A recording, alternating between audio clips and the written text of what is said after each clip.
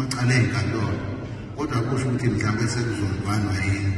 ukuthi mhlawumbe sekuphinde kubuyiswane yini mhlawumbe uma kukhona uqhekelo ngoba akumele ukuthi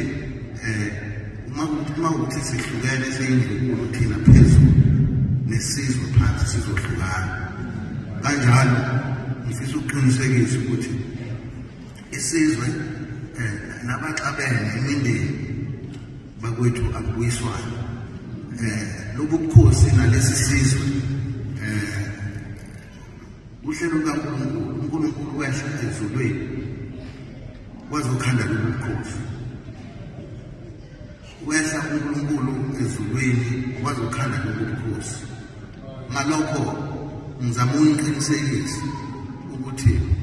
nabalwa nalobu bukhosi balwa noNkulunkulu uqobo lwakhe balwa nenkululeko balwa